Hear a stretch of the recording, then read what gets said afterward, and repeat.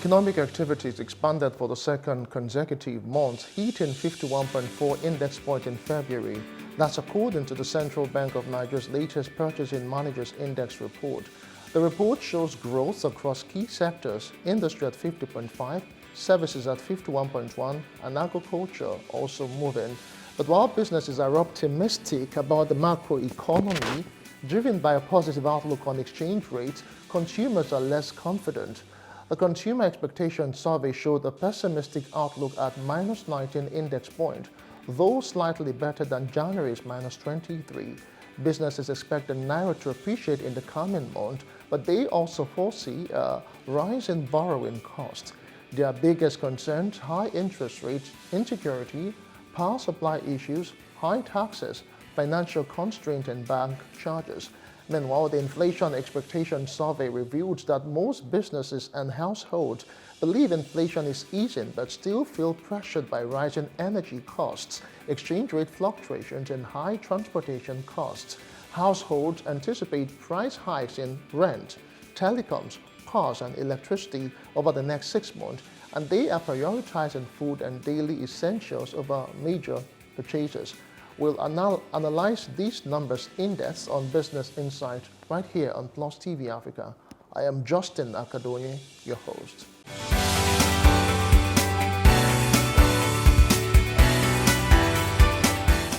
All right, joining me now is international finance and economic analyst and CEO of Finance with Mukhtar Mohammed. Many thanks for joining us on Business Insight, Mukhtar. Thank you for having me, Justin. It is indeed our pleasure. Now, the latest PMI report shows economic expansion. What does this tell us about the current business environment in Nigeria? Well, I think we've been expanding since we came out from COVID. So for me, that is not something that is news. But the expansion is good. That is economic activities. First, when you have some economic shock, there's a little bit of drawback, and then you begin to adapt to it, and then you begin to find ways around it. I think that's what has happened. So, but I'm not surprised about the economic activities. The macroeconomic environment is not as hostile like it was when they came to power. A lot of things have changed, and then the overall perception also and adaptability of Nigerians also is what is helping to see the kind of positivity that you are seeing in the economy.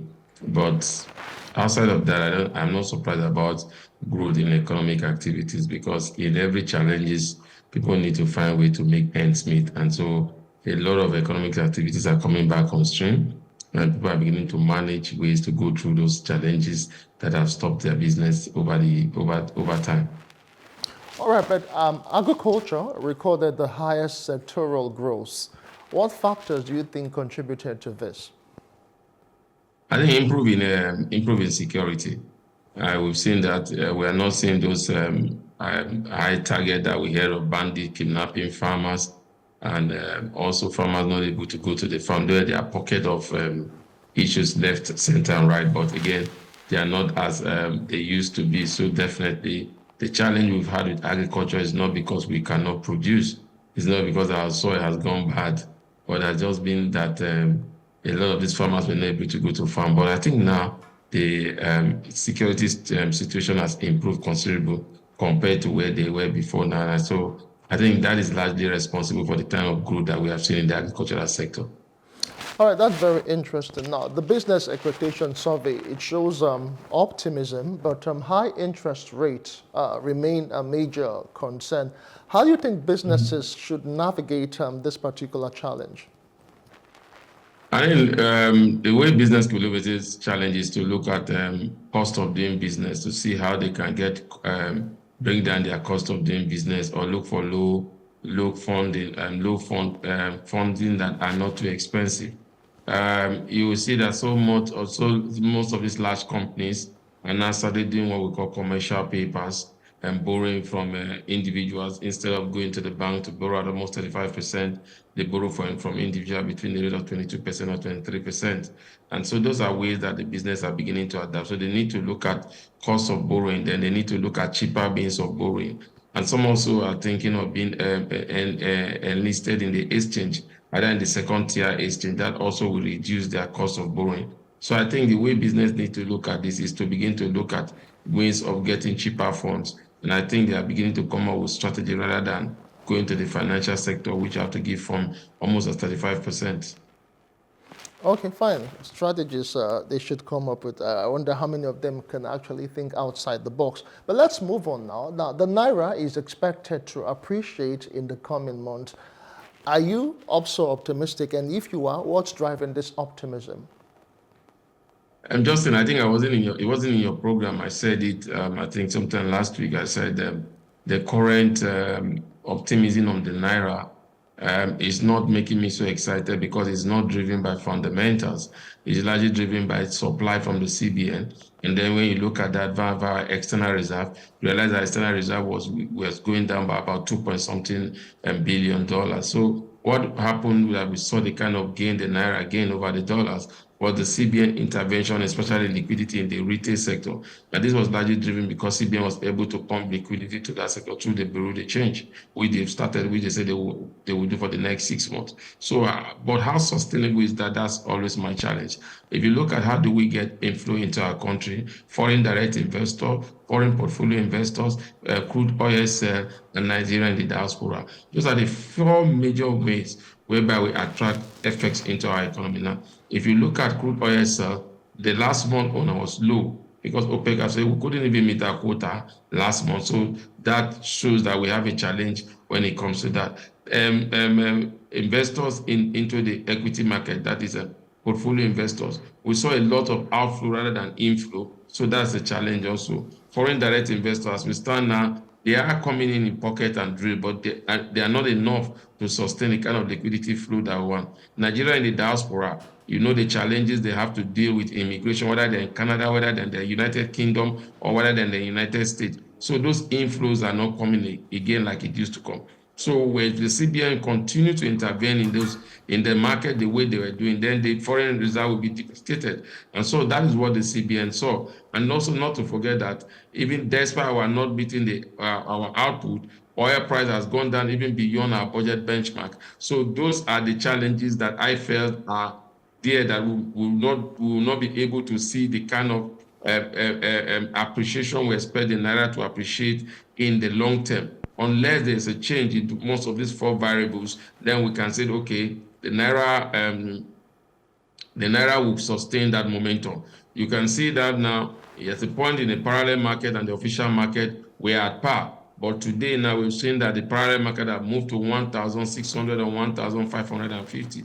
And the official, 1,600, and the official market doing 1,550 from 1,490 from 1,500 in the parallel market because supply have dried up. And again, there's not enough inflow for CBN to continue. That's why I think that sustaining that momentum, making that rate to be where it is today, it will be an uphill task for the CBN to do.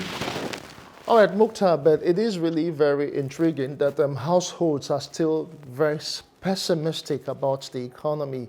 What's behind this lack of confidence despite most businesses being optimistic as it is, based on the statistics that we've ruled out? I think the challenge is the earning ability.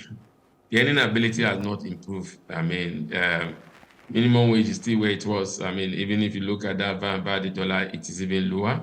I think what we have seen is that we have seen businesses expand, but we have not seen the pocket of Nigerians expand. So definitely what we've seen now, businesses in terms of output, you realize that output in terms of demand for products is still low. But in terms of price has gone up. So it tends to complement in terms of value. But again, in terms of output, where you have a lot of people buying, a lot of people are not buying because the earning ability of the average Nigerian is still where it is. In that report, you could see that what most Nigerians now are even using their earnings to do is just to eat, just to have a means of living. Because you see in that report, they say food is the food is the highest in terms of that takes the highest percentage of every Nigerian income at the moment. And you know that in terms of inflation, food inflation is still 40%. That's why CBN or MBS saying that inflation has come down by 28% through the rebasing. but food inflation is still high. Despite this report that agricultural activities have picked up, food inflation is still high, even in the February NBS report. So what we see is that the earning ability of the average Nigerian has not changed, and yet the cost of living also is still not coming down drastically like they are telling us, because inflation is still high. Cost of household items, especially agricultural house items, are still high, because again they grapple with a lot of challenges. I talked about funding, you talk about transportation, you talk about taxes. Now, not taxes per se, you talk about levies that these farmers have to pay. Even if some of them pay levies to bandit to be able to go to farm, they will transfer that cost to the consumer. Some of them, in terms of cost of transportation, is still high, despite the low price in terms of PMS. So all this will be transferred into consumers. So that, I think, that's the reason why we are getting those low output in those areas. All right, let's still talk about inflation because the concerns persist. Do you think the perception of moderating inflation is accurate, or is it just a temporary cost? Because from what I can see, energy cost, exchange rates, and transportation remain key inflation drivers. What policies can help mitigate these pressures? Let's look at exchange rate. The only way you can bring down exchange rate is to also attract inflow.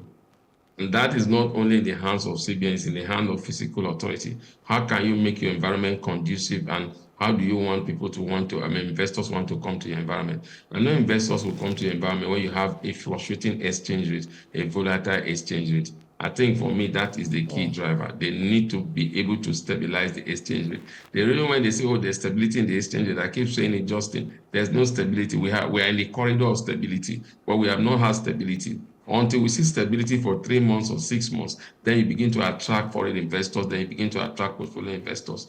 And again, in terms of agriculture, it still comes back to FX, because again, like you said, most of these commodities that are imported, that are finished product here, we don't have the machinery here because of our steel, our steel sector, our metallic sector is still low. Even in that report, it was stated there. So we are still importing those machineries. So how do we bring down cost of a household item in agriculture?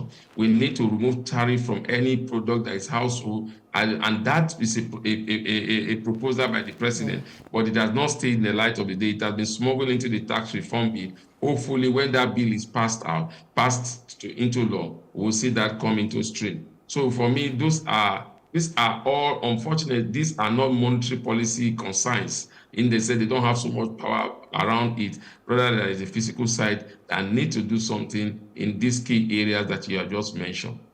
All right, let's move away from energy cost and exchange rates, and let's still talk about the households. Now, from what we understand, the households, they are cutting back on purchases, and they are also prioritizing essentials. What does this mean for the overall economic growth? What it means for the Nigerian economy is a consumer-driven economy, Justin. So when you have a consumer-driven economy and you are not able to consume, then that economy will suffer from a lot of stagnation. So what you are seeing now, you're going to see a lot of stagnation in terms of business. I've just talked about in terms of output. You realize output is low, but in terms of value, you begin to see more value because of the price of these goods has gone up. It's just like when you look at capital importation in Nigeria, and you see that they will say capital importation exportation also have increased. And so you don't look at that they are increasing because of the exchange rates. It's not really that the output in terms of have really improved. So it's the same thing that is. So that challenge is there until we improve on our earning abilities to empower households. So then that's when household will stop, will move into other consumable. But again, that is a major challenge because other sectors need to benefit to have a holistic economic growth. But when it's just stationed only on food, and that's maybe because if you look at that report also, it says Nigerians no more even think about housing. Nigeria no more buy vehicles. And housing is one key driver of any economy. Vehicle is no more a luxury. If you look at service sector, global service sector all over the world, the transportation sector seems to be driving a lot of innovation. in terms of movement from people from point A to point B. And also remember that when you are not buying vehicle, we are not just looking for vehicle for commercial reasons alone. I mean, for private use alone, we are looking for commercial use. And that could also be responsible for the high food price that we are seeing, because we are not bringing in trucks to be able to move some of this product from the rural area to the urban area. So we are still using those